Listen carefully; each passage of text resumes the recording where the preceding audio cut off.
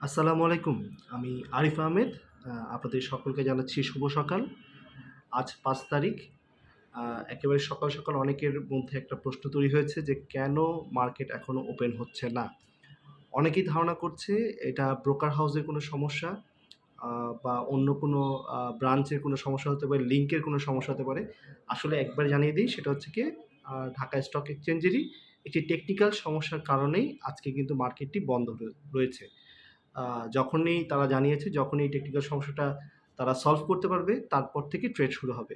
তো এই বিষয়ে আর কোনো বিভ্রান্তির কোনো প্রয়োজন নেই বা কোনো গুজবেও কান দেওয়ার কোনো প্রয়োজন নেই।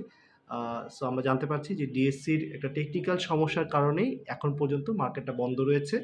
তবে অতি সত্বর এই টেকনিক্যাল সমস্যার সমাধান হওয়ার পরপরই আবার মার্কেটটি চালু হবে।